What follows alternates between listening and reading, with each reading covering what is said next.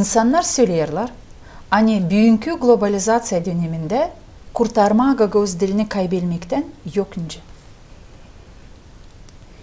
Bugünkü teknolojileri kullanarak varınca kurtarma.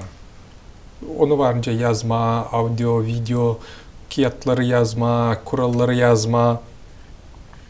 Şimdi var yapay zeka Türkçesi, Rusçası искусственный интеллект.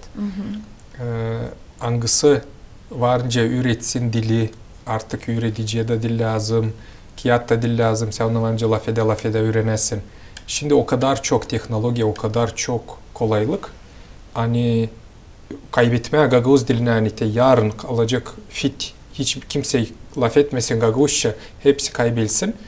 O lazım, biz yetişelim o uğra, ben bilmem ne yapalım, ne soy absurda kadar yetişelim. Hani bilmem, sanırım pek zor bunu yapma.